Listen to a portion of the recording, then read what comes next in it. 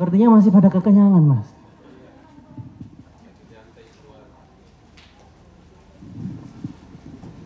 Cek, oke.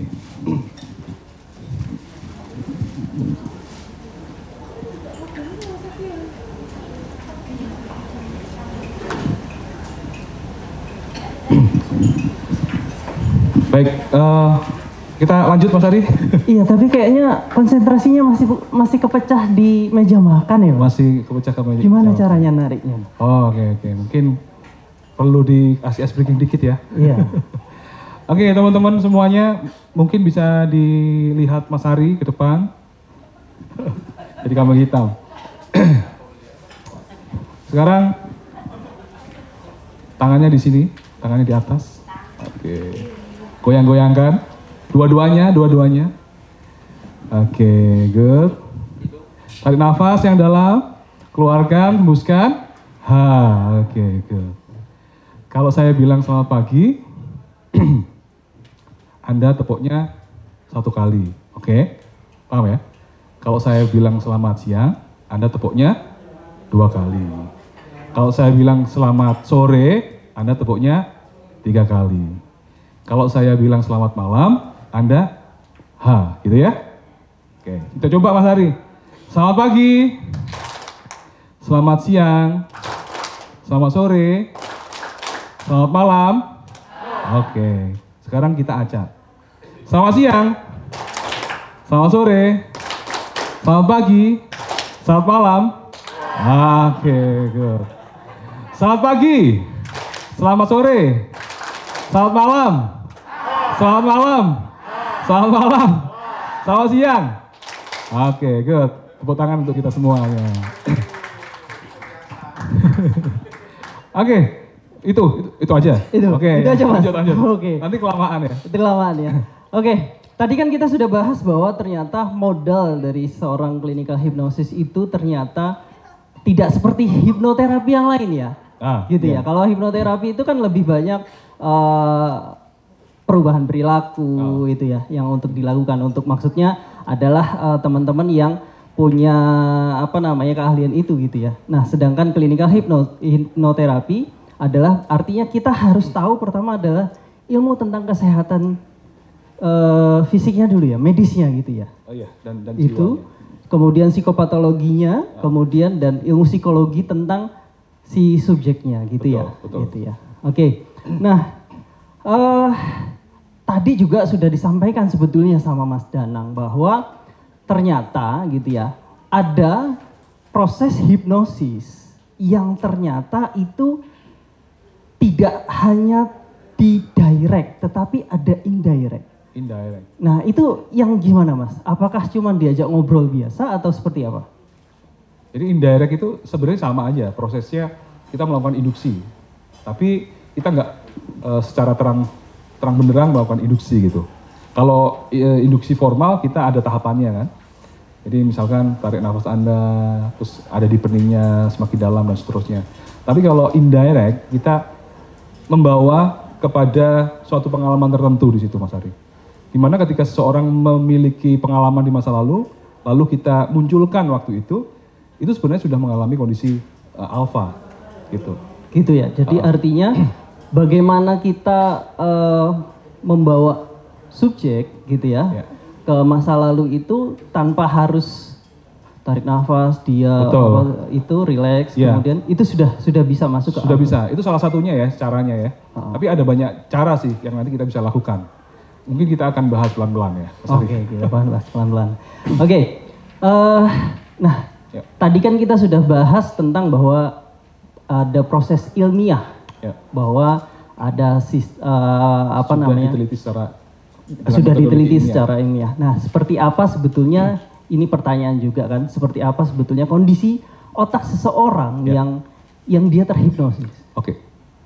Jadi kalau kita merujuk pada definisi dari EPA, hipnosis adalah keadaan kesadaran yang melibatkan perhatian terfokus ya. Yang pertama ini. Perhatiannya terfokus. Fokus pada satu titik gitu ya. Dan kesadaran perifernya menurun. Nanti kesadaran perifer itu apa saya akan jelaskan. Jadi yang pertama ya, fokusnya pada satu titik. Jadi perhatiannya terfokus sekali. Dan yang kedua, ada kesadaran perifer yang menurun. Lalu ditandai dengan peningkatan kapasitas untuk merespon sugesti. Berarti di sini ada paling nggak 2 keadaan atau 3 keadaan ya. Yang pertama adalah fokus, perifer menurun, dan juga mudahnya sugesti masuk ke dalam pikiran. Atau mudahnya merespon sugesti. Jadi itu aja yang namanya hipnosis. Perkara dia merem atau melek, atau melek merem gitu ya, itu urusan nanti gitu. Tapi yang jelas, di mana orang itu mudah untuk menerima sugesti atau merespon suatu instruksi, suatu perintah, maka itu yang dinamakan kondisi hipnosis menurut definisi APA. Ya ini APA loh ya, bukan Danang ini yang memberikan definisi. Nah, peripheral awareness nih kayak gini.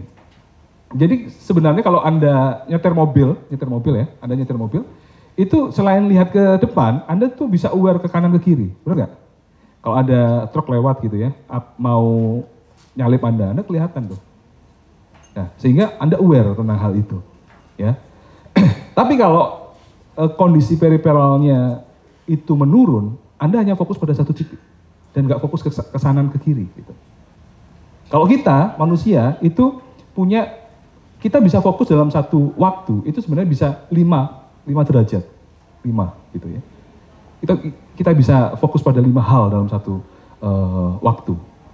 Jadi nanti kalau dalam kondisi hipnosis kita difokuskan pada satu titik di sini.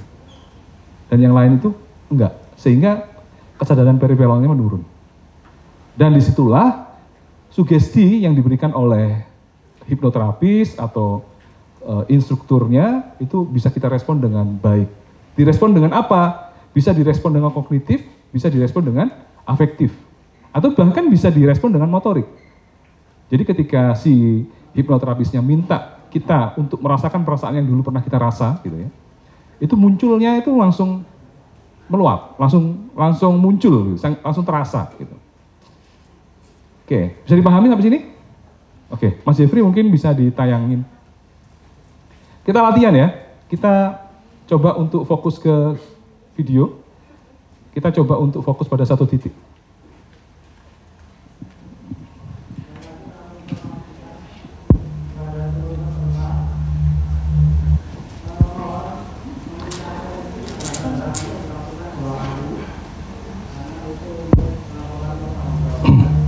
Oke, menakutkan ya. Fokus pada titik yang tengah.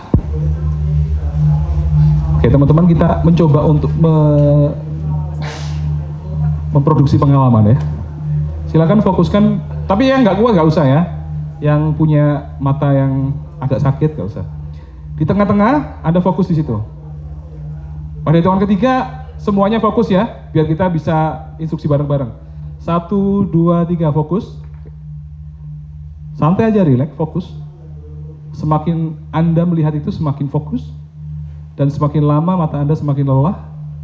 Jauh lebih lelah. Semakin fokus. Semakin fokus semakin lelah. Semakin lelah. Semakin lelah. Semakin lelah. Semakin lelah. Semakin berat, sekarang semakin berat. 10 kali lipat beratnya. 10 kali lipat beratnya. Fokus ke situ. Dan kalau capek, boleh tutup mata. Boleh tutup mata. Lihat. Relax.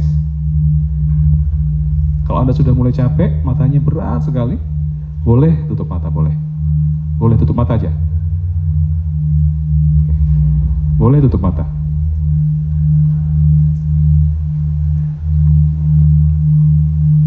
Boleh tutup mata. Oke, good. Dimatikan mas. Pada hitungan ketiga dibuka mata, 1, 2, dan 3. Oke, itu salah satu contohnya ya. Jadi kita bisa menggunakan alat seperti ini. Biar kita bisa melihat satu titik dan kita membuat mata kita lelah. Jadi intinya adalah membuat mata kita lelah dan fokus pada satu titik. Jadi pahami ya? Oke, good. Boleh kita praktekkan lagi, tapi bukan ini ya. Anda cari satu titik, entah itu di mana, tapi yang jelas agak ke atas, ke depan, satu titik aja. Semuanya praktek ya, satu titik aja. Anda cari titik yang mana terserah, monggo, agak di atas begitu. Sudah nemu? Sudah nemu? Oke, good. Nanti sesuai dengan instruksi saya ya. Lihat titiknya. Oke, good. Lihat titiknya. Mungkin bisa diputerin musiknya, Mas. Fokus pada titik itu. Oke, semakin lama semakin fokus. Semakin lama semakin fokus. Dan ketika Anda fokus, mata Anda menjadi semakin berat.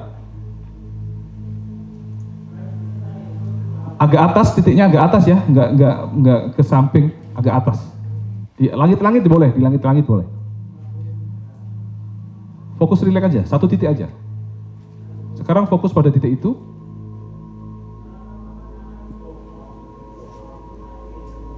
Dan sekarang semakin Anda fokus, semakin Anda berat sekali matanya. Berat sekali matanya. Berat sekali matanya. Semakin Anda fokus, Anda tidak peduli dengan kanan kiri Anda. Fokus ke titik itu. Semakin berat,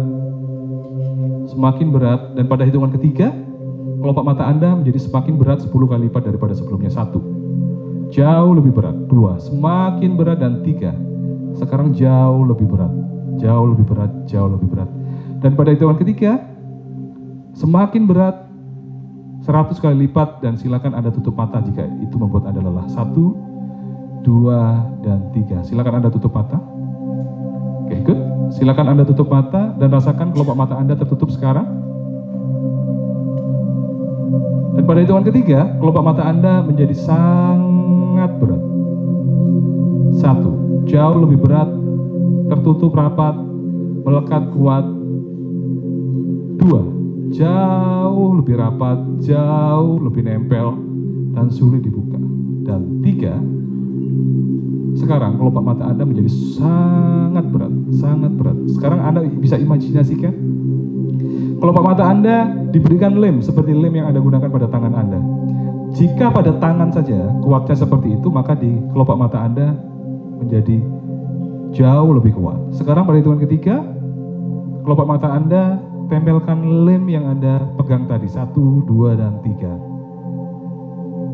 Dan Anda bisa merasakan lem itu menempelkan kelopak mata Anda. Anda bisa membaui lem itu.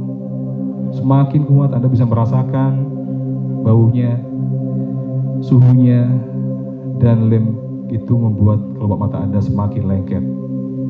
Jauh lebih lengket, jauh lebih lengket, jauh lebih lengket. Dan semakin Anda mencoba membuka kelopak mata Anda, maka yang ada adalah semakin lengket. Semakin lengket sekarang, semakin lengket. Berat sekali, berat sekali, berat sekali, berat sekali, berat. Dan semakin mengatup sekarang. Semakin mengatup, semakin menempel, semakin kuat, semakin menegang, semakin mengatup, semakin kuat, semakin menempel. Sulit untuk dibuka. Pada hitungan ketiga Anda mencoba membuka, tapi yang ada semakin kuat untuk terbuka, semakin sulit untuk terbuka. 1, 2, dan 3. Silakan buka mata dan semakin kuat menempelnya,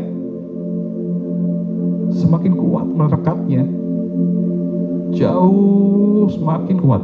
Silakan buka mata Anda dan semakin kuat menempelnya. Silakan buka mata Anda dan silakan rasakan semakin menempel mata Anda. Silakan buka mata Anda dan semakin menempel. Kalau ada yang tidak bisa buka mata, tangan kanannya diangkat. Dan bagi yang mengangkat tangan, ternyata buka matanya semakin sulit sekarang.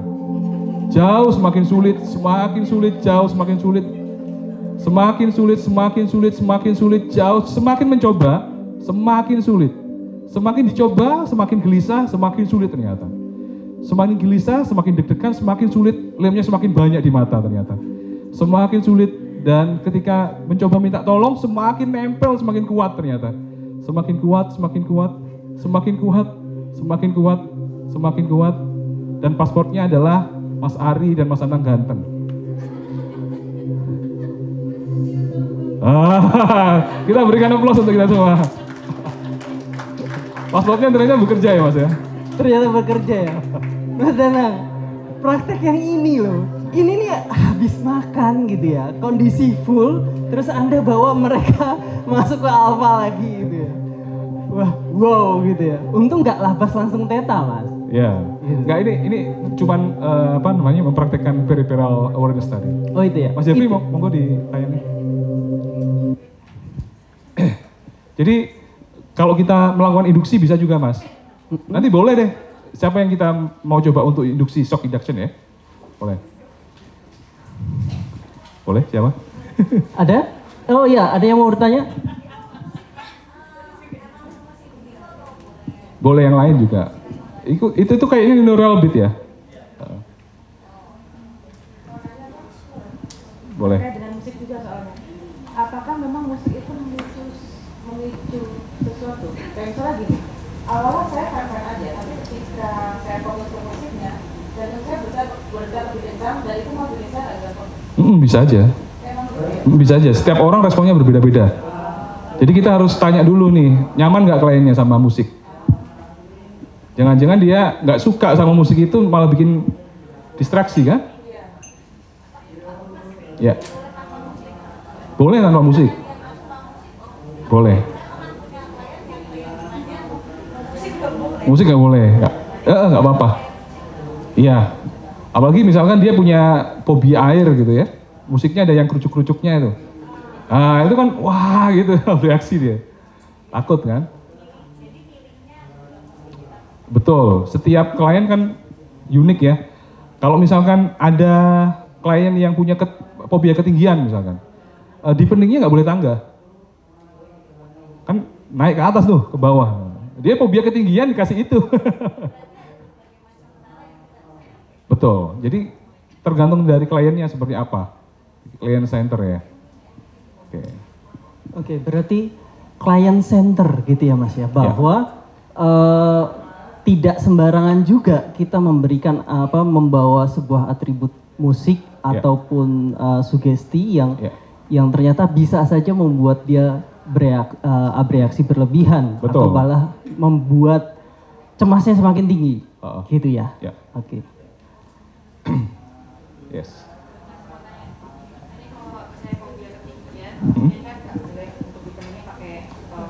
Tangga. Ada nggak yang lain selain tangga? Ada. Jadi peaceful place misalkan. Jadi kita bawa dia ke tempat yang dia sukai misalkan, yang tempat kedamaian, dengan membuat semakin jelas objeknya atau semakin jelas pengalamannya, itu juga di pening. Itu. Atau hanya hitungan aja, 10 ke 1 misalkan. 10 semakin, 9 jauh lebih, 8 semakin dalam, dan seterusnya. Bisa aja. Tapi dengan analogi tangga atau lift gitu, itu untuk beberapa orang yang nggak bisa ya, nggak bekerja nanti, nggak berhasil gitu. Ya.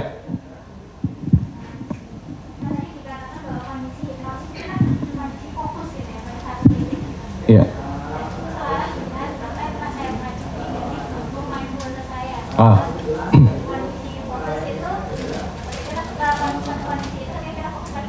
Ya. Kenapa? Musik.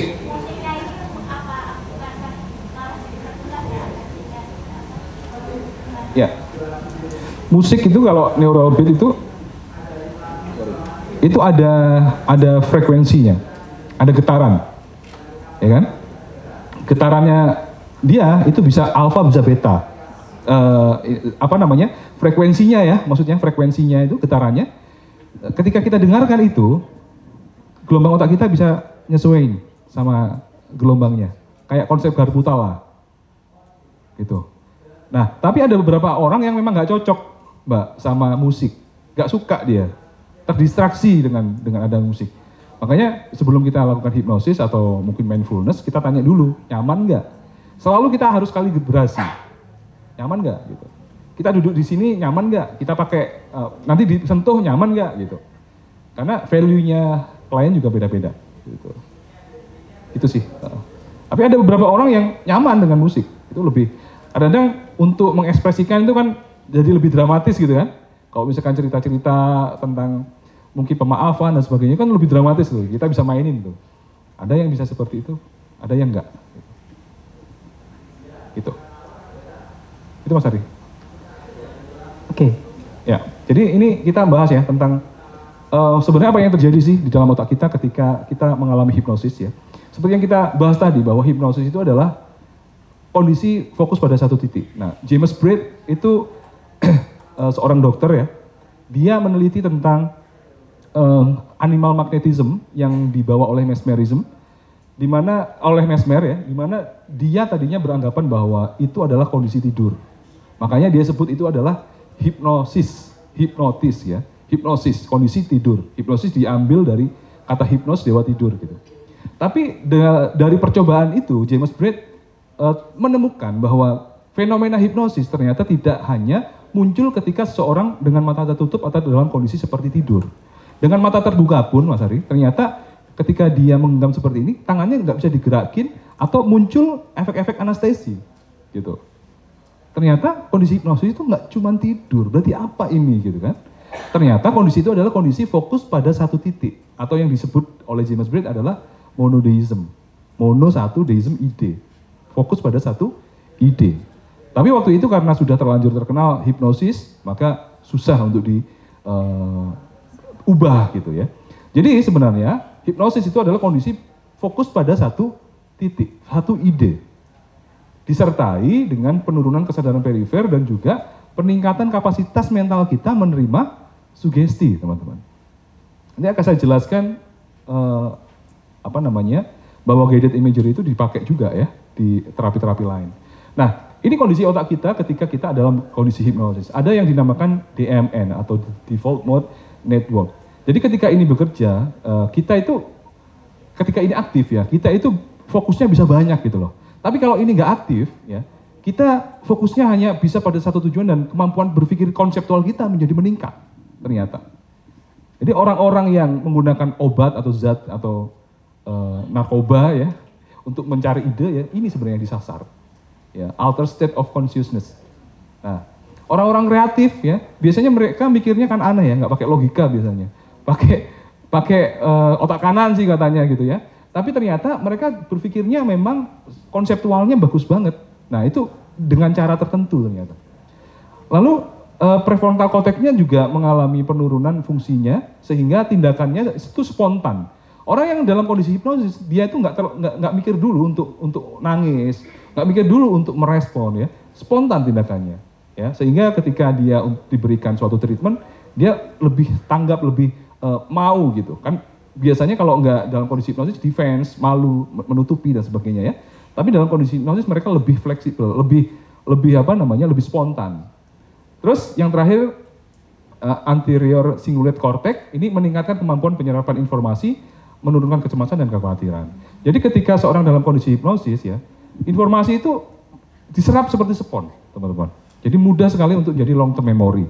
Dan juga kecemasan kekhawatiran ini juga bisa sangat menurun. Ini diteliti dengan fMRI ininya ya, alatnya. Dilihat ini seperti apa sih kinerjanya. Nah, ngomong-ngomong tentang tadi hipnosis itu berarti ilmu yang sendiri ya, beda dengan yang lain. Enggak sebenarnya teman-teman. Terapi-terapi yang lain itu sebenarnya juga menggunakan modalitas hipnosis sebenarnya. Cuman memang backbone-nya berbeda. Misalnya kayak MT Chair ini kan gestalt terapi, dia ke humanistik kan, tapi menggunakan kursi kosong. Apa yang dilakukan kira-kira? Membayangkan seolah-olah ada di situ gitu kan, orangnya dan dia mengekspresikan. Dan ini ngomong sama siapa? Sebenarnya ngomong sama internal resources, sumber daya internal, pengalaman-pengalaman masa lalunya, atau persepsi tentang orang yang dimaksud gitu loh, yang membuat konflik di hatinya. Ditaruh di sini, dia melakukan role play. Lalu psikodrama, ya, psikodrama sama aja. Ya, ini sebenarnya seperti regresi aja. Paham ya, regresi hipnosis kembali ke masa lalu atau ingatannya dimunculin, ya, lalu diproses. Sebenarnya psikodrama juga melakukan hal itu dengan dia membayangkan bahwa orang-orang di sini adalah orang-orang yang terlibat di masa lalunya. Dan itu lebih dahsyat sebenarnya daripada regresi dengan hipnosis karena dia melihat nyata gitu loh. Dan abreaksinya luar biasa nanti di sini. Dan akhirnya terjadi releasing gitu. Terus psikoanalisa, Anda lihat di sini, ini tidurnya di sini ya, membelakangi Freudnya gitu kan, biar nggak dicekek lagi oleh Freudnya. Ini sebenarnya sama aja guided imagery teman-teman. Dan desensitisasi sistematik, ya, kognitif pun juga memakai ini, gitu loh. Jadi modalitasnya sama aja guided imagery. Yang membedakan adalah hipnotiknya. Kalau mereka itu tidak dalam kondisi hipnotik dalam, mungkin di sini hipnotik ringan, hipnosis ringan. Tapi kalau clinical hipnosis, kita memang perlu untuk hipnosisnya lebih dalam gitu, agar terprosesnya lebih kuat gitu. Nah sampai sini ada yang mau ditanyakan teman-teman? Jadi sebenarnya kalau kita ngomong tentang hipnosis, itu kita ngomong tentang kondisi mental seseorang, kondisi kesadaran gitu ya. Nanti memprosesnya pakai apa? Itu bisa pakai empty chair loh. Dalam kondisi apa namanya teknik, salah satu teknik dari hipnoterapi itu kita juga pakai empty chair, kita pakai desensitasi sistematis, kita bahkan pakai cognitive behavior therapy. Ada yang namanya CBH. Saya presentasi di Bandung kemarin tuh. CBH, cognitive behavior hypnotherapy gitu loh. Kalau mungkin kita belajar di kuliah, kita belajarnya mazhab berbeda-beda ya. Tapi dalam psikologi positif, mazhab semuanya itu digabungin. Gitu. Jadi kita mulai mencoba untuk melihat efektivitasnya aja, efikasinya kayak apa dan otak bagian mana yang disasar dari terapi-terapi itu. Nah ini seperti, ada pertanyaan Mas Ari? Ada pertanyaan? Atau gini Mas, artinya teknik-teknik dalam psikoterapi itu bisa digabungkan atau hipnosis sendiri seperti tadi CBT atau kemudian humanistik. Ya. Ketika digunakan dengan hipnosis itu sejauh mana efektivitasnya Mas? Bahkan kalau CBH itu efektivitasnya udah diuji Mas ya. Jadi dia lebih kuat daripada hanya kognitif behavior aja plus obat gitu. Cari aja jurnalnya, banyak tuh kognitif behavior hipnoterapi. Artinya bahwa hipnosis itu bisa digunakan gabungan untuk teknik psikoterapi yang lain. Betul, bisa. Oke. Nah ini brainwave ya teman-teman ya. Jadi seseorang yang cemas itu ada di sini biasanya, atau di apa Mas? Maksudnya nggak ada ya. Gamma itu kalau orang panik itu brainwave gamanya itu kuat di sini. Jadi lebih cepat daripada beta. Ya, orang-orang serangan panik itu. Lebih rapat. Kenapa? Ini lebih rapat. Ini lebih banyak per detik. Ini kan 12 sampai 24 cycle per second ya. Jadi dia berputarnya ya itu 12 sampai 24 per detik kalau beta. Kalau alfa ini 7 sampai 12, kalau theta 3,5 sampai 7, delta segini. Jadi kerja kita ya yang tadinya di sini ini dibawa ke alfa. Dari alfa dibawa ke theta. Ini bukan derajat seperti ini ya, tapi dominasi dari gelombang otaknya itu yang mana nanti yang bekerja gitu ya. Alfa, theta atau delta. Kalau alfa ini hipnosis ringan ya. Anda merem aja atau Anda ngelamun aja ini sudah bisa dominasi alfa. Dan ini bisa switch ke parasimpatik. Theta lebih dalam lagi. Kalau delta Anda sudah tidur. Nah fenomena-fenomena hipnosis itu lebih banyak diakses di sini teman-teman. Misalkan Anda tadinya nggak ngerasain apa-apa, lalu disugesti Anda dicocok duri gitu. Atau tangan Anda kegosong panas gitu. Itu akan kerasa banget di sensasi di kulit Anda. Gitu. Saya pernah membuktikan itu dengan self hypnosis Mas. Jadi saya mencoba untuk masuk dalam kondisi theta, lalu saya membayangkan di sini dikasih benda panas gitu ya. Panas beneran. Atau mungkin ada peserta yang mau dicoba? Boleh. Siapa? Langsung lihat ke saya itu Mas. Wah, Wasari katanya gitu. Iya, iya. Yang bersedia, yang belakang-belakang kayaknya. Ada yang mau coba Mbak? Oh Mbak Brigita kayaknya mau. Mbak Brigita. Oke, nggak apa-apa. Oke, nanti kita bareng-bareng gitu ya. Oke. Next ya, Mas Ari. Oke, kita sepintas-sepintas saja. Ini adalah ciri-ciri trans. Nanti teman-teman bisa pelajari sendiri ya. Kita bisa mengobservasi itu. Dan ini adalah Davis Husband Scale. Jadi nanti mulai dari sini ini kondisi hipnosis ringan ya. Ini ringan, ini tengah-tengah, dan ini dalam. Dan fenomenanya bisa seperti ini. Ya. Jadi kalau Anda mau anestesi, mau buat dia lupa ingatan juga, atau buat dia bisa akses peristiwa di masa lalunya dengan lebih clear, itu lebih dalam di sini, Mas. Ini lebih kuat nanti. Jadi peristiwanya nanti langsung bisa kerasa, tidak selalu muncul gambar, tapi muncul rasanya tuh, Mas Ari. Muncul rasanya seperti waktu mengalami itu. Nah, hubungannya kita ngomongin tentang kesehatan ya, Mas Ari ya, tentang penyakit kronis. Nah, kita bisa buat mereka di kondisi deep trance atau medium trance yang nanti kita bisa sugestikan pemulihan lebih cepat, gitu ya. Dia membayangkan misalkan paru-parunya bekerja dengan lebih baik, imun sistemnya bisa meningkat lebih baik misalkan, Mas Ari. Bisa juga tekanan darahnya bisa turun misalkan, detak jantungnya bisa lebih stabil, boleh. Insulinnya bekerja dengan maksimal, bisa. Dengan cara apa? Dengan cara membayangkan organnya. Makanya diedukasi dulu, teman-teman. Diedukasi dulu, harus dia bisa mengimajinkan itu seperti apa. Kita harus edukasi dulu. Alangkah lebih baik Anda bisa jelaskan prosesnya gimana diabetes itu terjadi gitu. Di ngeprint aja nanti dijelasin gitu. Seperti itu. Oke. Nah, kesimpulannya adalah hipnoterapi nih, teman-teman. Itu hipnosis plus terapi.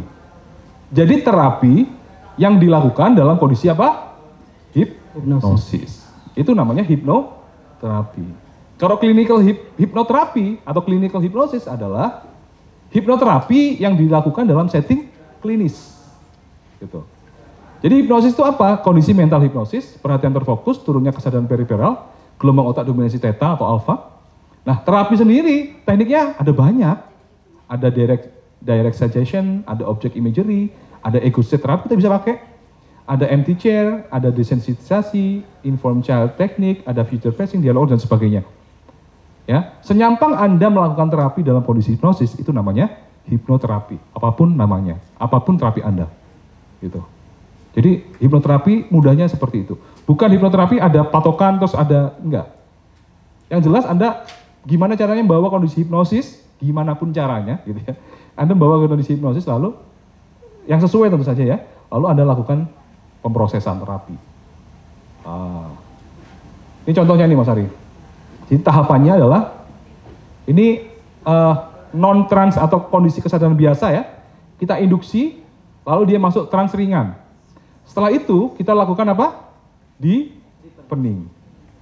Deepening sampai dalam, lalu kita lakukan berikan sugesti. Setelah diberikan sugesti, selesai, kita terminasi, selesai. Gitu. Kira-kira begitu. Oke. Mungkin ada yang mau coba ke depan, karena waktunya masih panjang ya kayaknya. Masih mas, masih panjang. Ada yang punya fobia, ada yang punya trauma, atau mau membangun kebiasaan baik. Ya, ayo. Monggo silakan. Boleh. Tanya sampai ke depan enggak?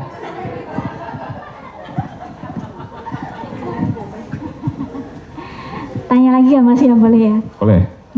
Tadi kan Mas Danang banyak menjelaskan bahwa untuk dibawa ke kondisi hipnosis ini juga perlu ada edukasi, perlu ada willingness, readiness dan lain sebagainya gitu ya. Saya bisa membayangkan itu kalau settingnya adalah setting kita di sebuah klinik gitu ya.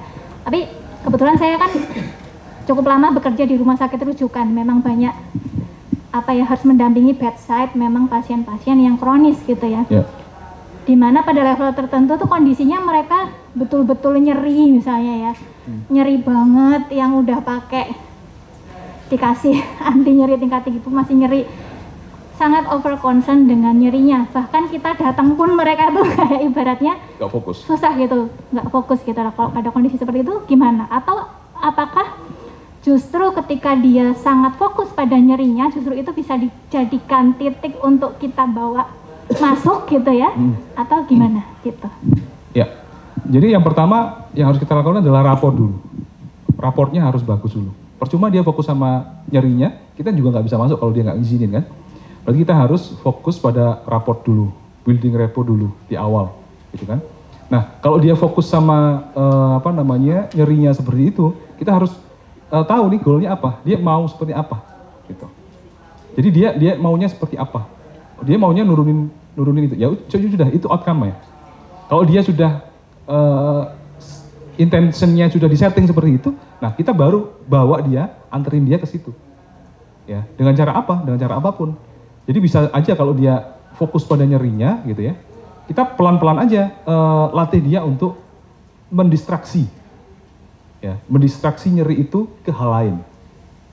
Misalkan nih, nggak apa-apa ya, Ibu namanya siapa? Mbak ya? Oh deh. Nggak mau ya?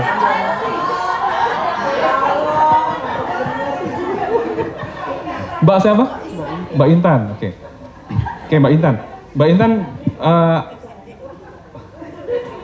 udah punya anak? Udah punya anak. Anaknya umur berapa? 9 apa nih? 9 tahun.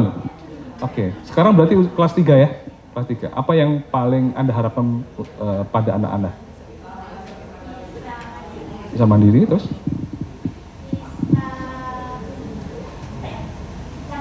Jangka panjang boleh. Mencapai apa yang dia mau, mandiri, terus sehat. Oke. Kalau misalkan pada suatu ketika nanti Anda ingin dia itu menjadi apa? Menjadi apa yang dia mau ya? Ingat nggak momen-momen di mana Anda itu ketika melihat dia itu senang banget? Ketika momen apa?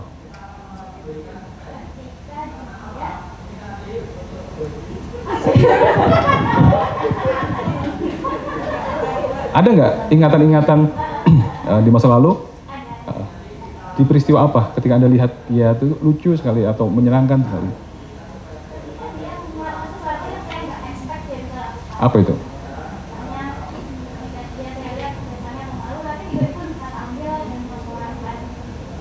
Performance.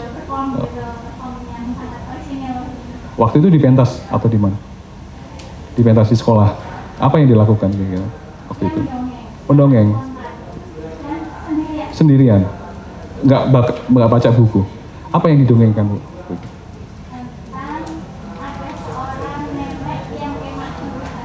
Nenek yang kemah di hutan. Terus?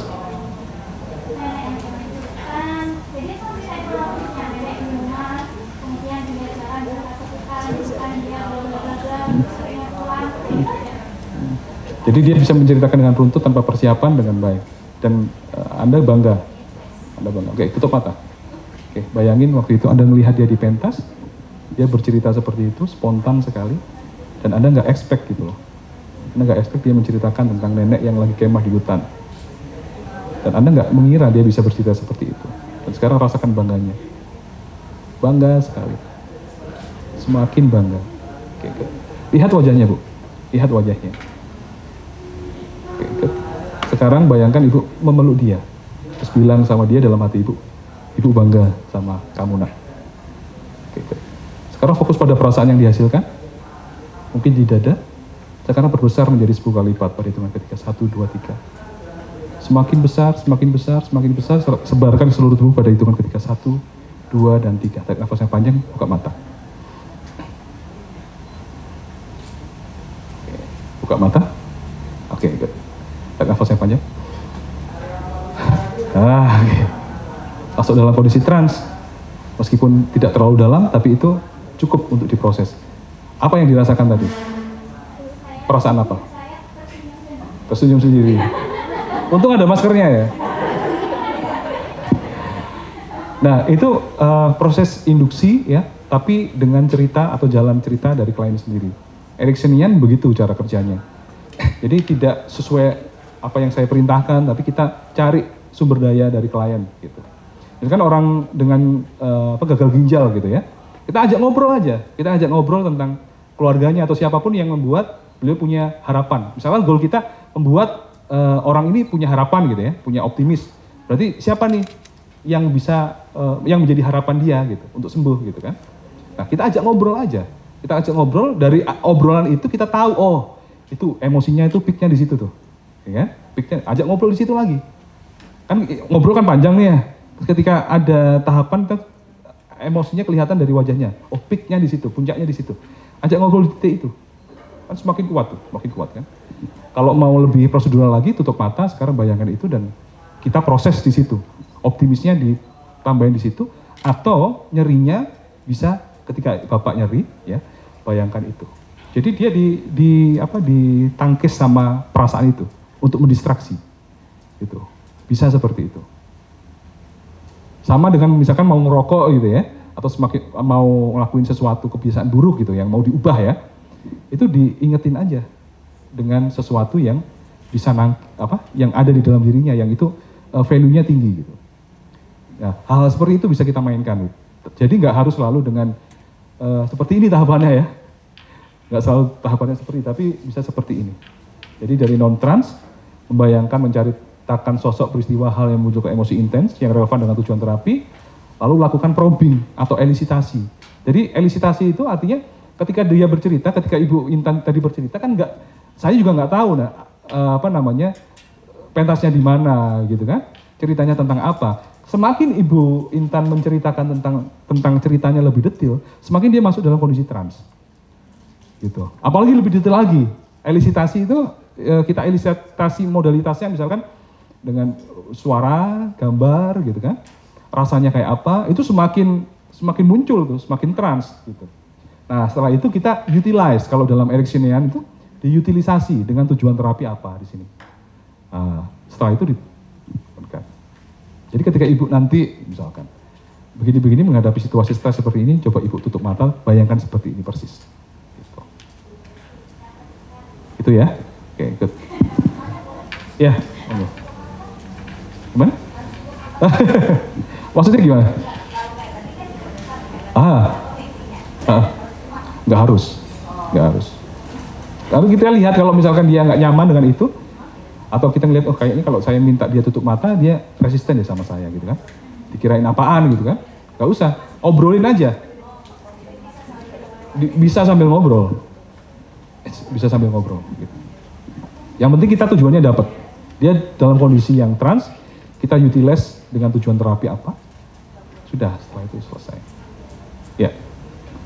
Kalau tadi saya bayangkan, itu kan oke, nanti kan kalau aku stres, aku nggak bersama kan melakukan hal yang itu kan orang dewasa ya. Kalau anak-anak jadi nggak bisa dibagi dengan misalnya kayak dia punya seperti lo gitu, setiap kali kamu stres di sekolah, pulang rumah, ya boleh banget, bisa banget. Itu kemarin kan saya ngobrol sama Kang Aul ya, dari dari Unpad.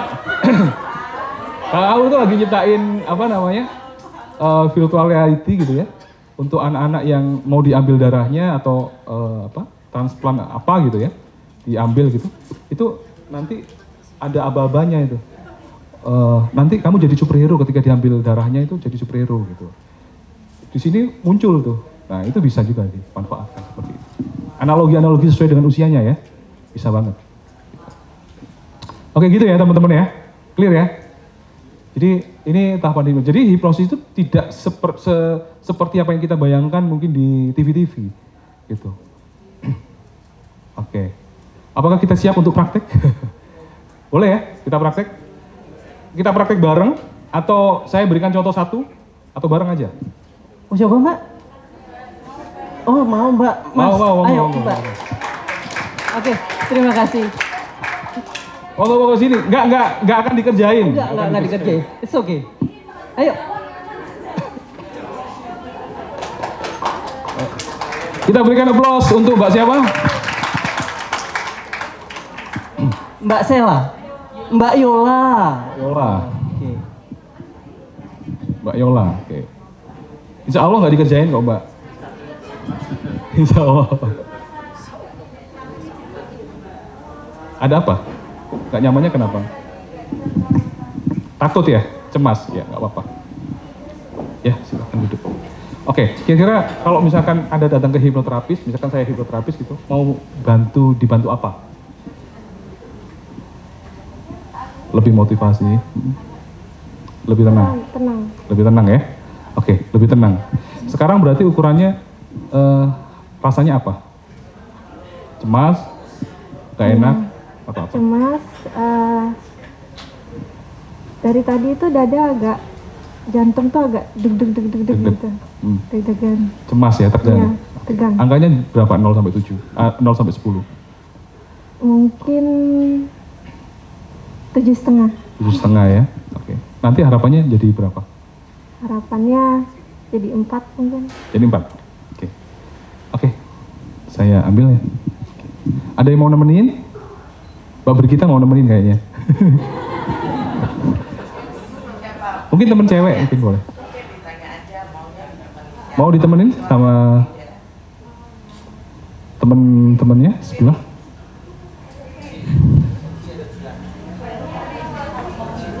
Biar lebih nyaman.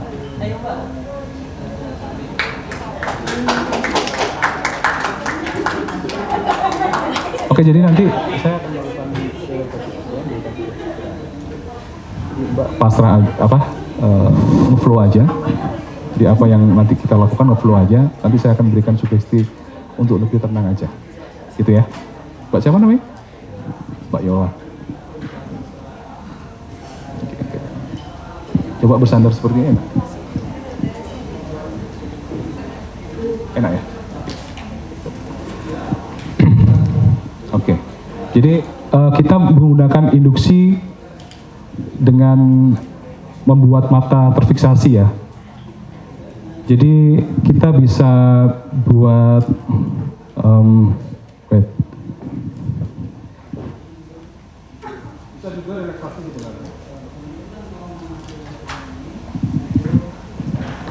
Mbak Yola bisa lihat ini ya.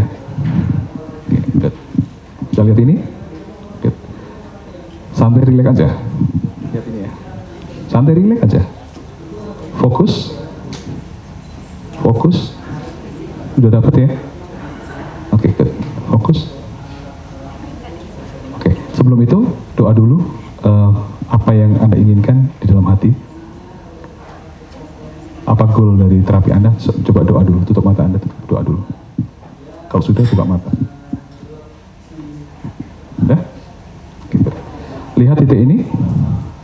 Oke, semakin lama, semakin fokus Mbak Yola. Semakin lama, semakin fokus. Semakin lama semakin fokus, dan ketika Anda semakin fokus ini bisa mendekat, semakin lama semakin berat, jauh lebih berat kelopak mata Anda. Semakin berat, jauh lebih berat, semakin berat, jauh lebih berat, semakin berat, semakin jauh lebih berat, semakin berat. Kelopak mata Anda semakin berat, semakin berat, semakin berat. Semakin berat, semakin berat, semakin berat, semakin berat. Dan tutup mata Anda dan tidur lebih dalam, jauh lebih dalam. Jauh lebih dalam, jauh lebih dalam. Semakin dalam tidurnya, semakin dalam tidurnya. Jauh lebih dalam. Oke. Semakin dalam tidurnya. Sekarang fokus pada kening Anda. Kening Anda menjadi sangat rileks. Semakin rileks, jauh lebih rileks. Kelopak mata Anda jauh lebih rileks sekarang. Dan turun ke pipi Anda menjadi semakin rileks, jauh lebih rileks. Leher Anda rileks, bagus sekali. Pundak Anda rileks, tangan Anda rileks, dada dan perut Anda rileks. Pinggul Anda rileks, paha Anda rileks, betis Anda rileks, dan kaki Anda rileks. Bagus sekali. Dan setiap tarikan dan hembusan nafas Mbak Yola menjadikan tubuh dan pikiran Mbak Yola semakin rileks, jauh lebih rileks. Dan saya akan menghitung 10 sampai 1 Mbak Yola. Setiap hitungan Anda akan merasakan kondisi relaksasi yang begitu dalam, begitu rileks, sangat dalam, sangat rileks. 10, semakin rileks. 9, jauh lebih rileks. 8, semakin rileks. 7, jauh lebih rileks. 6, sangat rileks. 5, semakin rileks. 4, jauh lebih rileks. 3, 2, dan 1. Sekarang rasakan relaksasi yang begitu menenangkan, begitu menyenangkan. Sangat rileks sekali. Rasakan kening Anda membuat Anda menjadi semakin rileks. Rasakan kening Anda rileks sekarang. Membuat seluruh tubuh menjadi sangat rileks sekali. Sangat rileks. Sangat rileks. kelopak mata rileks, pipi rileks, leher rileks, tangan rileks, dada, perut, dan kaki menjadi semakin rileks. Oke, bagus sekali.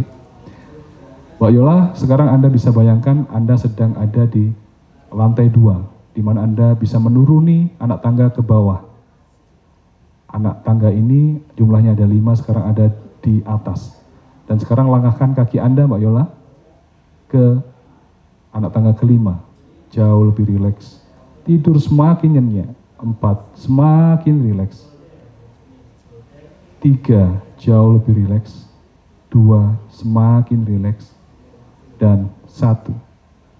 Sekarang nafas Anda menjadi semakin teratur, semakin rileks.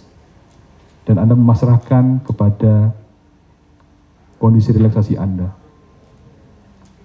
Pikiran Anda malas untuk berpikir, tubuh Anda pasrah sekali, Anda beristirahat sepenuhnya. Anda mulai tidak peduli dengan kondisi di ruangan yang Anda tempati. Anda hanya bisa mendengarkan suara saya dan fokus pada suara saya. Dan semakin Anda fokus pada suara saya, maka Anda menjadi semakin rileks, semakin dalam. Karena relaksasi membuat Anda beristirahat.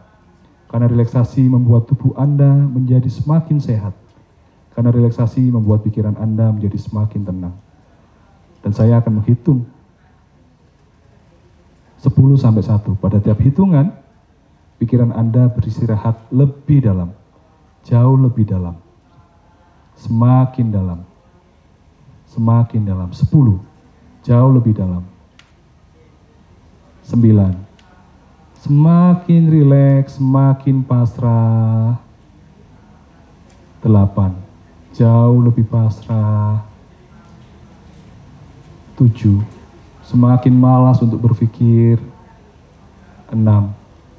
Pikiran menjadi sangat tenang.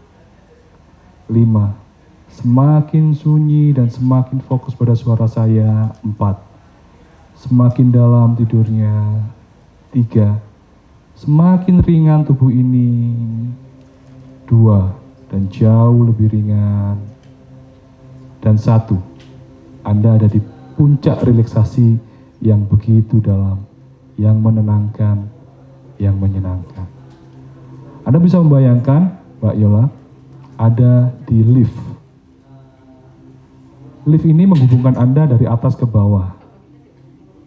Lift ini ada di lantai 5 dan akan turun ke lantai 1. Di mana setiap lift turun, Anda akan merasakan kedalaman relaksasi yang begitu menenangkan, begitu mendamaikan hati Anda. Dan sekarang Mbak Yola masuk di lift. Lihat tombol-tombolnya di depan Anda. Lalu pada hitungan ketiga, pencet tombol itu dan membawa Anda setahap demi setahap turun ke lantai di bawahnya. Dan Anda menjadi semakin rileks.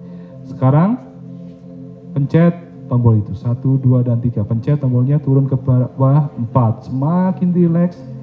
3. Jauh lebih rileks. 2. Semakin rileks. Kenceng sekali. Turun ke bawah. Dan 1. Anda ada di puncak relaksasi yang begitu dalam, begitu menenangkan, begitu menyenangkan.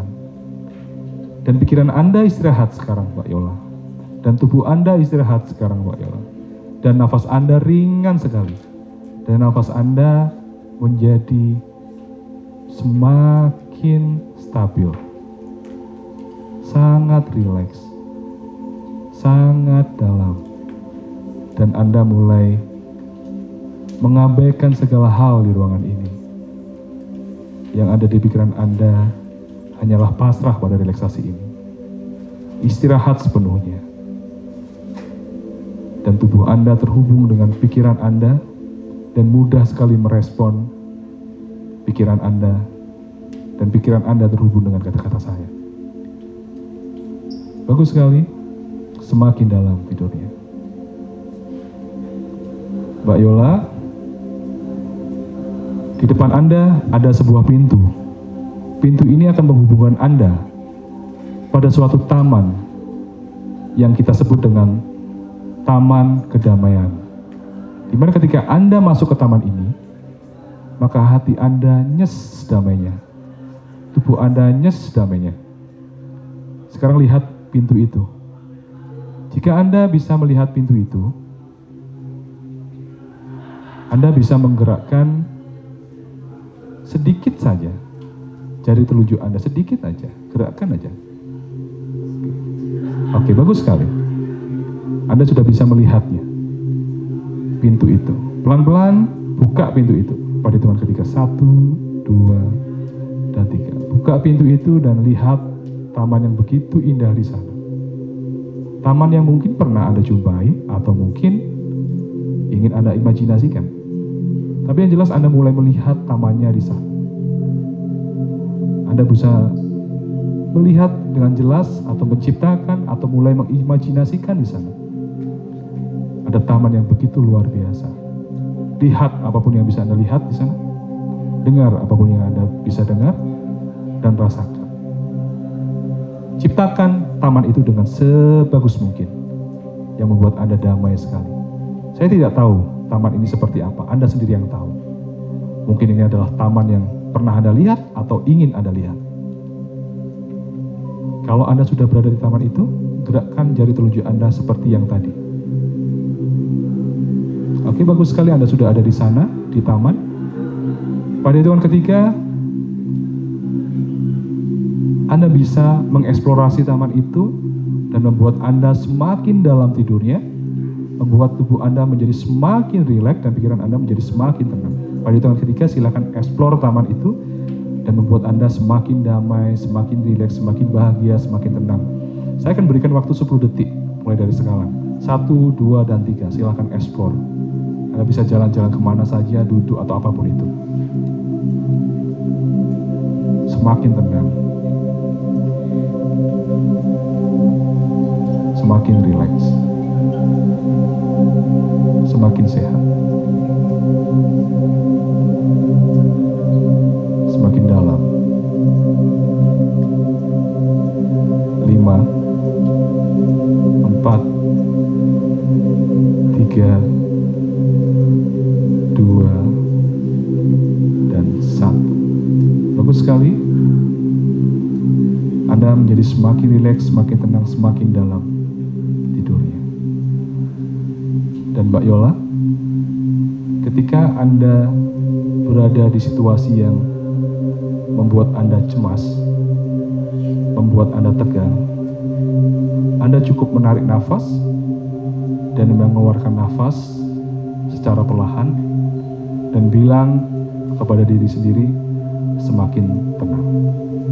Saya ulangi, ketika Anda berada di kondisi cemas atau kondisi tegang, Anda cukup menarik nafas panjang dan mengeluarkan nafas panjang dan bilang kepada diri sendiri, semakin tenang.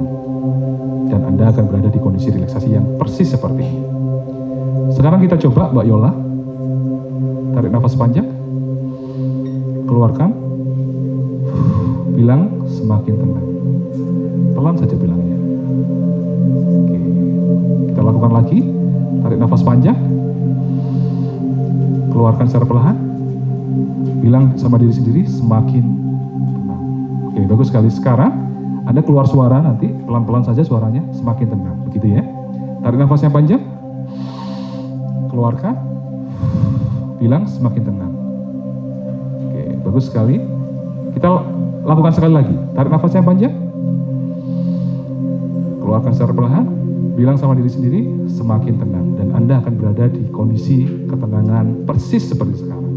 Jika Mbak Yola memahami apa yang kita kerjakan, silakan gerakkan jari telunjuk seperti tadi. Oke, bagus sekali Mbak Yola.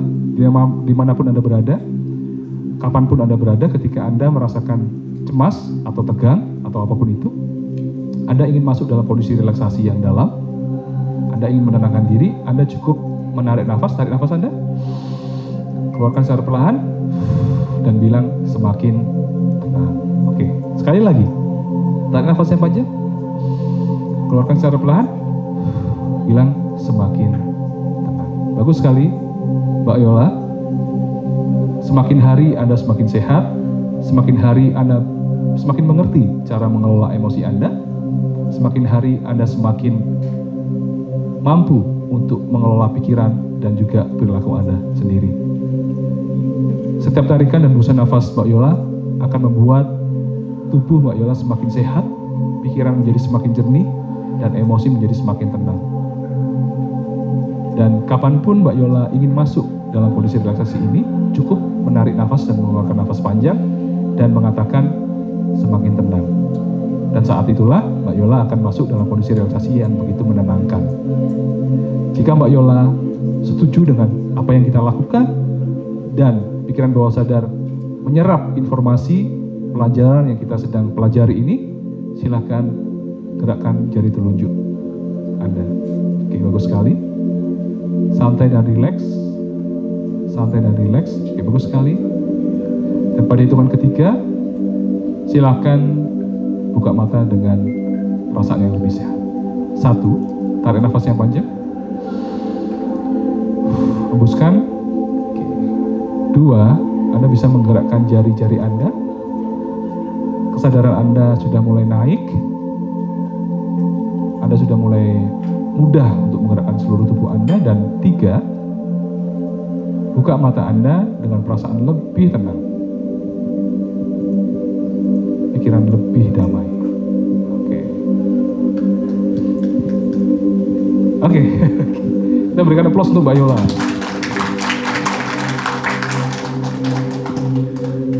Enak ya tidur ya? Oke, boleh diceritain tadi apa yang terjadi? Maksudnya apa yang dirasa? Pas awal tadi lihat titik itu, mata benar-benar berat sekali sampai waktu disuruh tutup kayak rasanya hilang gitu. Tapi pas waktu gini kayaknya terlalu sakit, jadi kayak langsung ke sadar lagi gitu, langsung posisikan ke tubuhnya senyaman mungkin. Yang nyaman ya. Terus waktu di deepening mendalami tadi, itu apa yang dirasakan? Maksudnya ada hitungan 10 sampai 1, turun tangga. Oh iya. Tadi waktu di tangga saya sempat agak bingung sih, ini saya udah turun, terus ngapain ya? Saya kayak nungguin Mas Danang. Ayo mana Mas Danang, kemana ini gitu. Mau ngapain nih? Gitu? Sempat terbayangkan di tangga dan lagi turun, udah turun 5 langkah. Terus nungguin lagi instruksinya harus ngapain ya, agak-agak bingung gitu. Ke tamannya gimana tamannya? Ya, di tamannya itu saya sangat merasa nyaman. Jadi saat relaksasi ke klien pun itu saya sering relaksasi imagery, tapi ya terserah di mana aja. Namun saya sambil mendalami, kayak saya juga berada di menghayati gitu, kayak saya berada di, seringnya saya merasa ada di taman. Jadi ketika tadi diminta untuk membayangkan, saya membayangkan seperti yang sebelum-sebelumnya itu. Namun di sini rasanya lebih nyata. Saya bisa menyentuh bunga-bunganya, terus juga lebih jelas ya? Iya, lebih jelas mencium bunganya kayak gitu. Jadi merasa lebih nyaman. Terus tadi tentang sugesti dan latihan untuk membuat rileks, seperti apa rasanya? Memahami, maksudnya tarik nafas, mengeluarkan nafas, bilang semakin tenang itu? Iya. Jadi waktu tarik nafas dan keluarkan semakin tenang, dan saat bilang semakin tenang itu jauh langsung merasa tenang gitu. Oke, begitu ya teman-teman ya. Mungkin ada pertanyaan pada Mbak Yola atau pada saya, boleh? Ya. Yang tadi terkait dengan ke taman itu, apakah memang harus ke taman atau terserah kliennya? Kalau itu kan berarti di direct ya, dan sangat mungkin kliennya tidak bisa mengimajinasikan itu, atau nggak suka dia sama taman misalkan kayak gitu. Itu harus fix di awal, sebelum kita melakukan hipnosis. Itu adalah tempat yang cocok nggak sama klien atau bukan gitu. Kadang-kadang kita perlu juga menentukan kira-kira nanti mau kemana gitu. The peaceful place-nya mau kemana? Ke pantai kah? Ke taman kah? Atau ke rumah kah gitu? Iya betul, harus kita jelaskan dulu. Gitu. Prosesnya memang begitu gitu. Tapi kalau kita yakin bahwa dia itu nggak ada masalah dengan itu, ya kita langsung flow aja. Tapi mungkin kita instruksinya nggak terlalu spesifik gitu. Taman, saya nggak menyebutkan pohon tadi kan? Saya nggak menyebutkan pohon atau bunga juga nggak nyebutin kan tadi. Tapi apapun yang ada di sana silahkan dilihat gitu kan. Jadi dia sendiri yang nyiptain itu. Jadi saya nggak direct sih sebenarnya. Directnya ke taman aja. Gitu. Biasanya kalau klien di direct pengalamannya nggak match tuh. Saya pengalamannya apa, klien pengalaman apa nggak cocok kan. Dia ngerasa nggak nyaman dengan sugesti itu kan. Itu bisa. Ada lagi? Iya, ketika dia ada di kondisi yang dalam, baru kita sugesti. Sugestinya tadi semakin tenang tadi kan, relax kan gitu ya Mbak ya. Kondisinya nyaman, karena requestnya Mbak Yola gitu. Betul, ya sesuai dengan request atau tujuan terapi kita apa.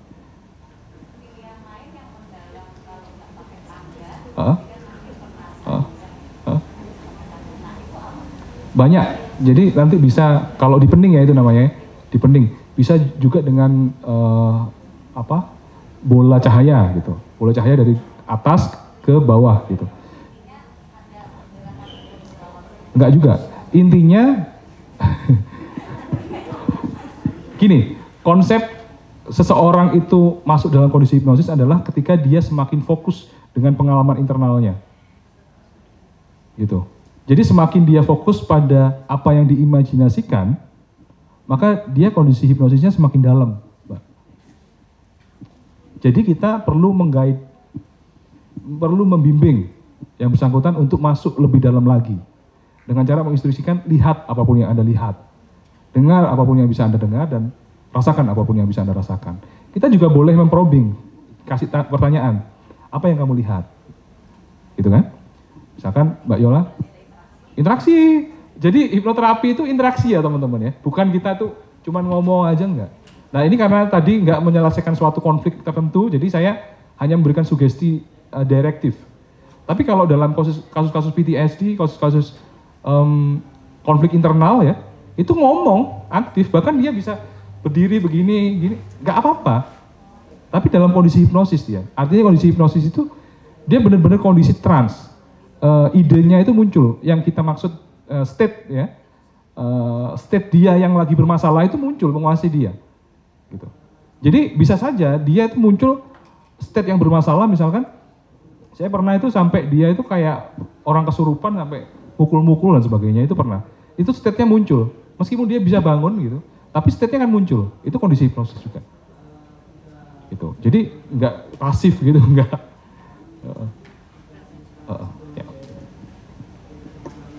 Ya. Apa yang dilakukan ketika setiap tadi muncul kan dia ada mungkin misalnya iya kayak sorry tadi yang kayak gitu. Apa yang perlu kita lakukan agar dia lebih tenang, kemudian kadang-kadang kan takut ya kalau kita masih coba-coba gitu masih belum menguasai segala terus atau dia bisa biasanya berlebihan nangis sampai teriak-teriak dan lain sebagainya. Apa yang kita lakukan? Di awal harus fix dulu, kita assessment. Kita juga harus melihat nih potensi-potensi untuk abreaksi dia ada nggak. Kalau orang-orang PTSD atau trauma-trauma yang udah dalam gitu ya, itu kita harus pelan-pelan dan kita harus lakukan yang namanya kita sebut ini ya, anchoring ya. Kita biar dia nanti ketika dia abreaksi kita anchor ke tempat kedamaian, gitu. Jadi ketika dia nanti kita proses nih, kan dia abreaksi tuh, abreaction gitu ya.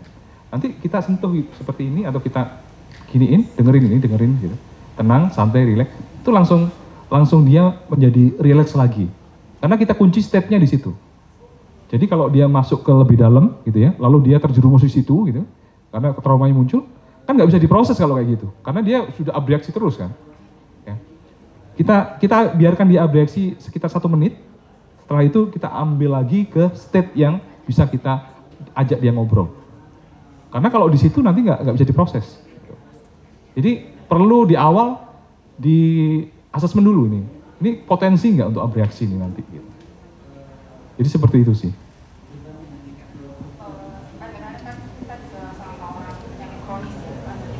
Ya, ya, ya, ya.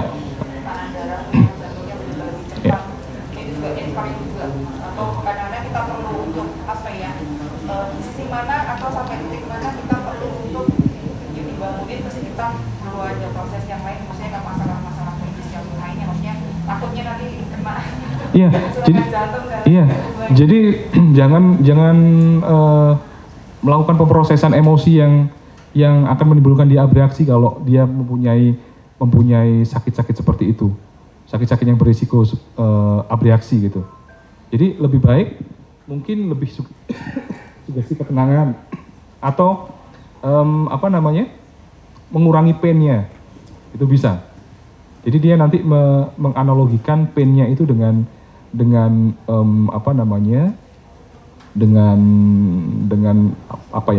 semacam ukuran gitu, meteran 1 sampai 10 gitu, diturunin satu-satu gitu sampai 0. Sekarang rasanya di mana? Biasanya turun gitu. Atau bisa dengan objek imagery, dengan balon misalkan, ditiup misalkan. Di sini balonnya merah gitu gede, terus kita tiup, ini semakin lama semakin kempes gitu. Itu bisa seperti itu. Jadi nggak harus selalu dengan abreaksi seperti itu. Kalau memang dia punya trauma, ya jangan diproses waktu itu. Gitu. Jadi dengan cara lain aja. Makanya ini perlu pengetahuan ya. Kalau kita psikolog ini kan pasti paham ya. Kalau teman-teman hipnoterapis yang bukan dari dari pendidikan seperti kita, mungkin juga nggak paham gitu. Itu. Ya. Oke. Gimana Mas Ari? Udah? Ada lagi? Ada lagi pertanyaan? Yang mau ditanyakan? Mbak Yola mau tanya.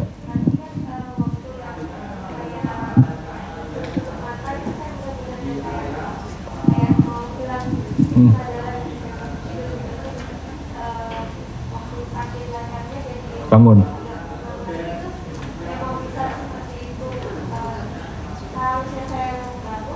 Oh nggak apa-apa. Bisa naik turun gitu. Bisa naik turun. Jadi itu fungsinya di pening ya. Jadi nanti ketika klien itu kita rasa kita perlu mendalalamkan lagi, kita di pening lagi. Atau kita mau proses nih, kita udah sugesti, kita mau proses dia ke event traumatiknya gitu. Kita di pening dulu sebelum kita bikin jembatan emosi. Gitu. Sebelum dia masuk ke kita berikan regresi, teknik regresi, kita turunkan dulu dengan di pening. Gitu.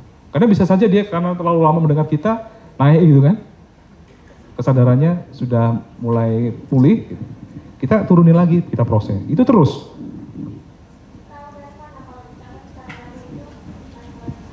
Kita bisa ukur jadi 10 sampai 1, sekarang ada di berapa angkanya boleh, atau kita bisa amati. Biasanya kalau dia itu kondisi deep trance ya, kelihatan dari wajahnya ya. Biasanya matanya itu nggak gini, ya, diem gini. Terus suaranya sudah mulai pelan gitu. Terus ininya agak merah begitu.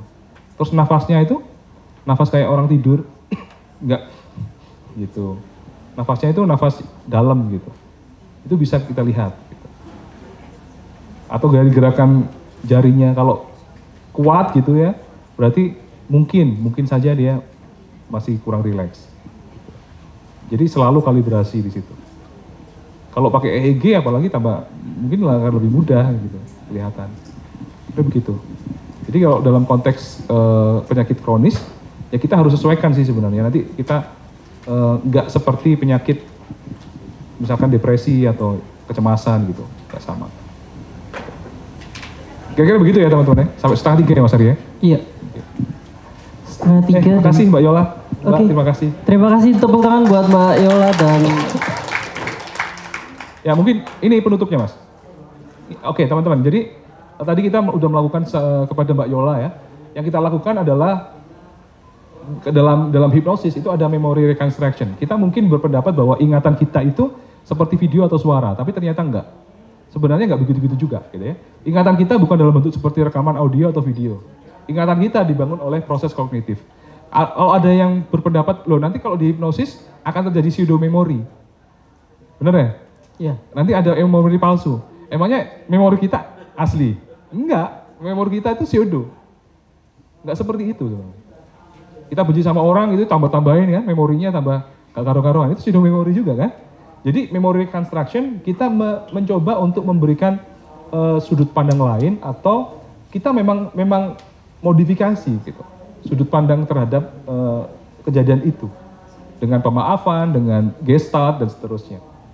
Nah, ini memory reconstruction dan emotional correction. Jadi ingatannya dimodifikasi, artinya bukan dirubah atau dihilangkan ya, tapi dimodifikasi dan dilihat dari sudut pandang lain, sehingga rasanya juga akhirnya berbeda, sehingga ketika ingatan itu muncul, amigdala tidak merespon seperti tadi, ya. Akhirnya amigdala nggak terlalu ngerespon, nggak terjadi fight, flag sama freeze, sehingga perilakunya menjadi lebih mudah dibentuk. Gitu. Intinya membuat pasien merasa aman di sini teman-teman, sehingga nanti dia lebih mudah cepat sembuhnya dan kooperatif ketika dilakukan pengobatan. Oke. Tentukan tujuan, periksa kondisi kesehatan dan pilih teknik yang tepat. Mungkin itu saja sebagai penutup. Ada kata-kata dari David Sasher, tidak ada kesehatan tanpa kesehatan mental. Terima kasih, saya Danang Bosco. Oke, wow, terima kasih Mas Danang. Kayaknya kursinya harus diberesin dulu ya. Oke.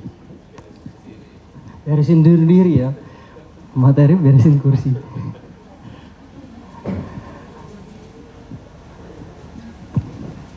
Oke, itu tadi dari materi terakhir dari Mas Danang. Mungkin itu closingnya ya Mas Danang ya. Dan ternyata gitu ya, clinical hypnosis itu banyak teknik yang bisa digunakan.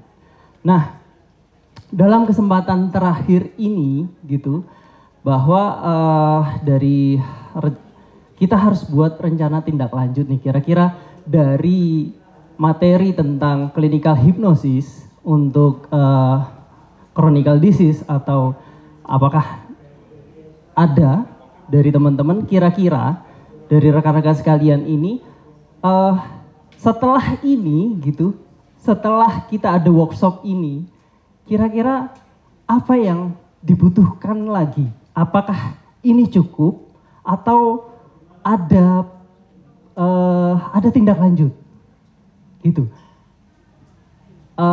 Dari saya pertanyaannya adalah apakah ini cukup atau ada proses pendalaman lebih lanjut tentang clinical hypnosis atau clinical hipnoterapi. Kira-kira itu gimana teman-teman, rekan-rekan sekalian, apakah ini cukup atau ada proses lebih lanjut tentang pelatihan atau sebuah workshop lagi misalnya tentang clinical hipnoterapi?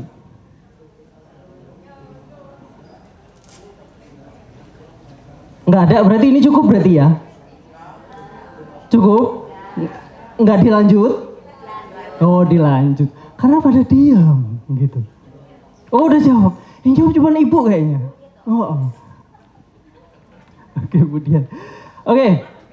Berarti kita sepakat bahwa IPK Indonesia akan punya rencana tindak lanjut tentang bagaimana atau pelatihan atau sebuah workshop mungkin yang lebih dalam lagi tentang clinical hipnoterapi ya. Setuju ya? Atau saya sendiri yang setuju? Setuju. Gitu ya? Setuju. Sudah Mbak Tika? Ya. Nah, yang diminta teman-teman ini apa aja nih? Biar saya catat sekalian. Kira-kira kalau tadinya mau tindak lanjut, apakah ada persesi atau ada pendalaman tentang, oh kira-kira Mas nanti misalnya Prof Bu dan Mas Danang itu duet di depan, kemudian ada teknik yang lebih misalnya tentang deepening misalnya, atau sugesti tertentu atau apapun itu. Kira-kira yang lebih detailnya seperti apa? Monggo. Aku jawab sendiri, pertanyaan sendiri gitu.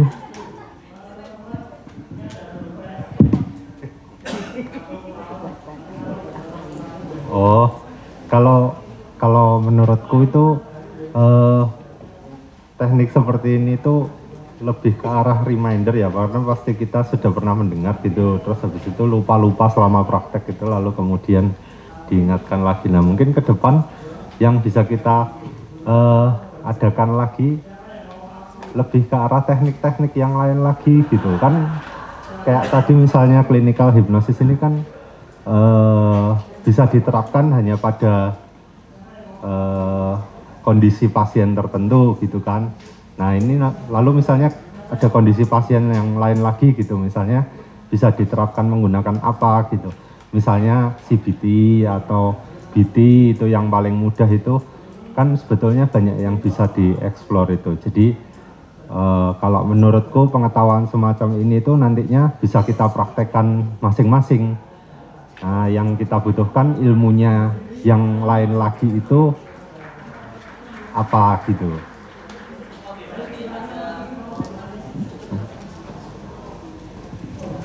Oke, berarti ada pendalaman tentang teknik-teknik lebih lanjut yang berhubungan dengan klinikal hipnoterapi ya? Iya, gitu. Kan tadi cuman apa namanya, icip-icip. Oh tadi ini masih icip-icip ya? Dan kan gitu. Menurutku masih banyak lagi isinya gitu loh.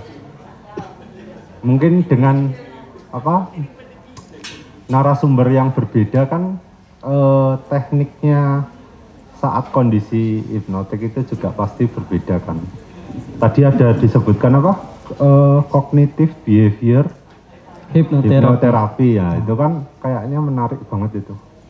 Oh gitu, oke. Tapi narasumbernya nggak tahu, mungkin Mas Danang tahu. Narasumber CBH Mas, cognitive behavior hipnoterapi. Nggak ada yang tahu, berarti Mas Danang lagi berarti. Ya. Karena idenya dari beliau kan tadi ya. Oke, mungkin ada yang lain selain pendalaman teknik untuk rencana tindak lanjut dari workshop kita kali ini. Yes, Mbak.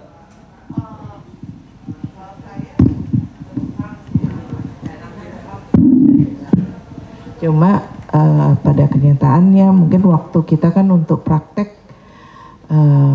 ke individu ya, belum bisa bedside patient. Jadi mungkin ke depan kira-kira Mas Danang kalau ada pasien atau siapapun narasumbernya bisa membawa yang mereka mungkin sudah pernah, atau paling tidak mungkin kalau narasumber dari daerah yang menjadi tempat pelaksanaan bisa membawa klien atau bisa membawa hasil karya lah istilahnya. Akan sangat sulit sekali ketika kita posisinya tadi seperti yang tadi disebutkan Mbak Intan, bahwa posisi kita kan ada yang memang di rumah sakit, itu kan jauh lebih mudah daripada yang mereka ada di mungkin klinik umum ya. Kayak tadi mungkin dengan clinical behavior hypnotherapy kita mungkin bisa dapat tambah. Kalau memang tidak ada ya kenapa kok kita tidak mencari mereka narasumber yang dari luar, kayak pain management. Pain management itu terus terang orang Malaysia sudah mengadakan malah di Surabaya, tetapi Kemenkes belum ada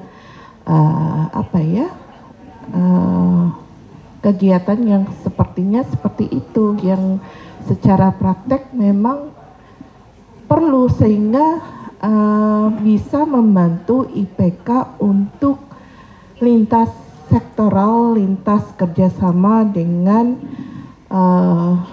OP lainnya atau medis lainnya gitu.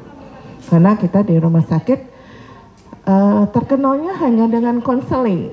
Nah, sedangkan bagaimana kita bisa bekerja sama dengan misalnya Opskin, bisa bekerja sama. Kalau hipnoterapi saya yakin harusnya kita belajar untuk Opskin bisa menangani ibu hamil yang mau persiapan atau mereka yang preeklamsi bisa setidaknya memundurkan kondisi preeklamsianya.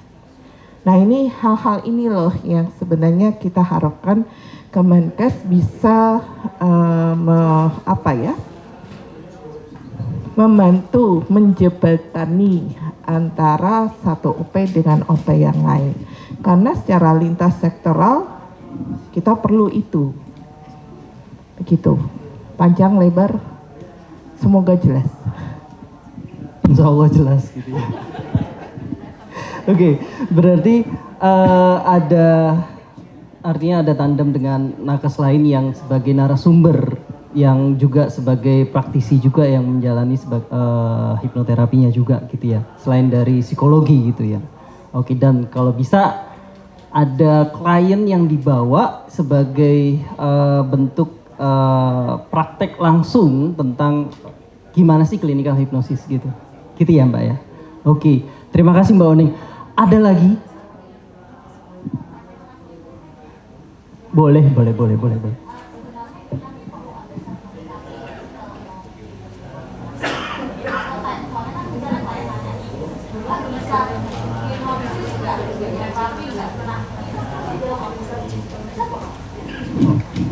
Oke, itu mungkin saya tak bantu jawab deh. Iya, karena aku nggak bisa jawab. Bukan bidangku soalnya untuk bilang iya gitu kan. Pada dasarnya hipnoterapi ini kan milik beberapa keilmuan ya. Seperti yang tadi Mas Danang sampaikan, ada yang punya lisensi sendiri. Nah, dasar kita psikologi itu lisensinya ada di psikologi. Kalau kita punya dengan hipnoterapi, kalau kita memang mendalami, ya mungkin bukan sekedar hipnoterapi yang seperti Mas Danang sekarang lakukan, tetapi dia punya sertifikat yang diakui oleh grup atau kelompok komunitas hipnoterapi. Itu bedanya. Ya, kalau mau memang berada di situ. Tapi Induk Semang sebenarnya sudah dirimu mau melakukan hipnoterapi itu sudah berlisensi. Gitu, itu bedanya. Kan tergantung dari kita memandang dari mana profesinya. Gitu. Kan kalau di psikologi itu jadi kompetensi. Gitu. Oke? Gitu ya Mbak? Ya. Oke. Aku nggak ngerti apa sebetulnya. Oke, tentang sertifikasi. Tapi sebetulnya yang baru itu mungkin Mas Danang bisa tambahin. Karena seingat saya Prof. Kwartar ini juga sedang mengadakan untuk sertifikasi hipnoterapi, klinikal hipnoterapi. Ya. Apakah perlu gitu ya? Oh. Sebenarnya kalau untuk certified-nya sendiri sih perlu nggak perlu ya, artinya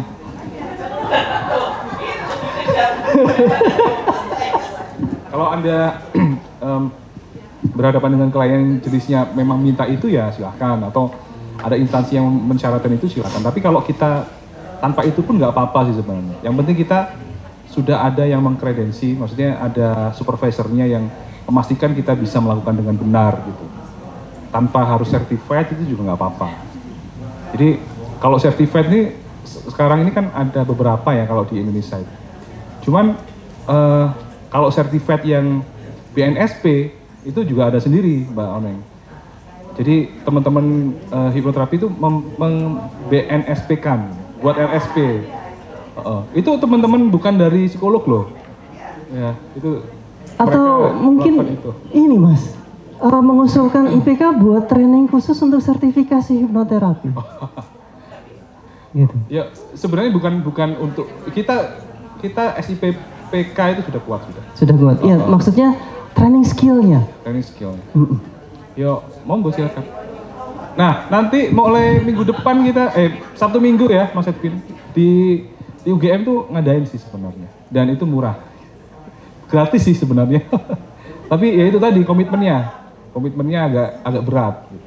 Ya, harus datang terus. Dan aku gugur kayaknya. Oke. Iya. Aku 3 kali soalnya bakal nggak bisa ikut. Oke, ada lagi? Kira-kira yes, Mbak. Saya harus catat ini karena sebagai rencana tindak lanjut IPK mau ngapain setelah training ini? Apunten. Ya, terima kasih Mas Ari. Saya tanya lagi boleh ya Mas ya? Masih tanya dulu. Oh boleh, tanya.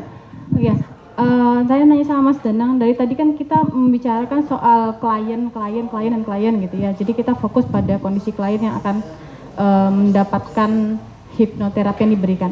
Tapi untuk kitanya sendiri, sebagai providernya, apakah ada kondisi khusus misalnya tidak dalam kondisi yang keburu-buru, atau kita juga tidak dalam kondisi misalnya gini, kita punya masalah mental sendiri, misalnya kita juga punya traumatik misalnya, tapi kita melakukan hipno pada orang atau klien dengan traumatik juga. Yeah. Apakah itu ada efeknya gitu? Terima kasih Mas. Iya, betul. Karena kalau kita melakukan hipnosis ya, apalagi kalau kliennya bercerita dengan tema cerita yang sama dengan kita, yang spotnya di trauma sama gitu ya, itu kita menjiwai juga. Maka kita akan mengalami counter transferan. Kita akan nangis juga, atau kita menjadi nggak subjektif gitu. Nggak objektif gitu. Kita memberikan pendapat-pendapat yang terlalu kita yang dari sudut pandang kita gitu. Nah, harus tahu diri. Maksudnya gini, kalau kadang-kadang kan ada ya trauma di dalam hidup kita yang besar yang kita agak sulit untuk sembuhkan. Nggak apa-apa, tapi untuk kasus itu nggak usah gitu. Jadi untuk kasus itu nggak usah kalau kita nggak bisa gitu. Karena nanti akan counter transferan juga. Gitu sih. Saya pernah tuh menghipnosis ini. Ibu-ibu ya. Ibu-ibu. Oh sorry, bukan ibu-ibu. Ibu ya, ibu bukan ibu-ibu. Ibu gitu ya. Dia tuh dizolimi lah sama mertuanya dan sebagainya gitu. Tiba-tiba saya sedih tuh. Loh, ini kenapa hati kok jadi sedih ya setelah melakukan hipnosis itu? Jadi saya akhirnya jadi sedih gitu. Kenapa sedih ya? Oh, akhirnya saya teringat dengan cerita ibu saya gitu. Ternyata saya teringat sama cerita ibu saya yang itu masih membekas sama saya gitu. Dizolimi dan sebagainya itu. Saya nggak tahu kenapa kok tiba-tiba jadi gitu perasaan saya gitu. Kok begitu, terus saya pikiran saya kemana-mana. Wah nanti kalau saya udah tua nanti dizolimi sama istri saya, sama mertua saya gimana ya gitu. Duh, kok jadi ngelantur begitu ceritanya, ternyata ada hal seperti itu. Makanya kalau kita masih belum bisa rilis tentang tema itu dan kita masih sensitif ya, menurut saya di-refer aja. Tapi kalau oke ya hadapi. Cuman akan lebih baik kalau kita sendiri dirilis dulu. Dirilis dulu. Gitu. Kondisi khusus maksudnya? Harusnya.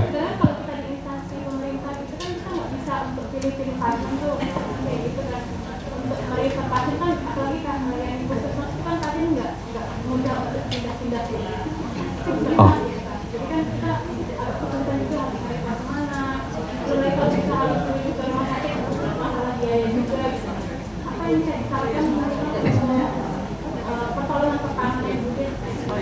Harusnya bisa di-refer ya, harusnya bisa di-refer. Kita refer kan boleh aja, daripada nanti kesejahteraan klien malah nggak bagus kan, lebih baik kita refer. Tapi alangkah lebih baik kalau kita memang harus di-treatment dulu. Kita belum selesainya di mana. Kalau kita fobia sama kucing misalkan, kita nerapi orang yang fobia kucing, rasain aja gitu gimana sih. Bayangkan sekarang kucing, takut sendiri gitu kan. Lihat ini kucingnya gitu, takut sendiri kita kan. Berarti kan kita harus selesai dulu kan. Atau kalau kita masih sulit untuk itu ya refer aja gitu. Soalnya ini bukan menyangkut kita aja Mbak, ini menyangkut klien kan. Gitu. Jadi harusnya bisa di-refer, harusnya. Berarti harus rilis dulu dengan diri sendiri gitu ya? Nggak harus juga sih. Oh, nggak harus juga. ya. Tergantung kepentingannya. Tergantung kepentingan. Kalau mau dinikmati juga nggak apa-apa. Kan hak kita, Mas Ari. Dinikmatin ya gitu ya. Wow. Aku nggak mau gitu. Oke, ada lagi untuk rencana tindak lanjut untuk workshop kali ini. Apakah ada masukan dari rekan-rekan sekalian? Atau sudah cukup?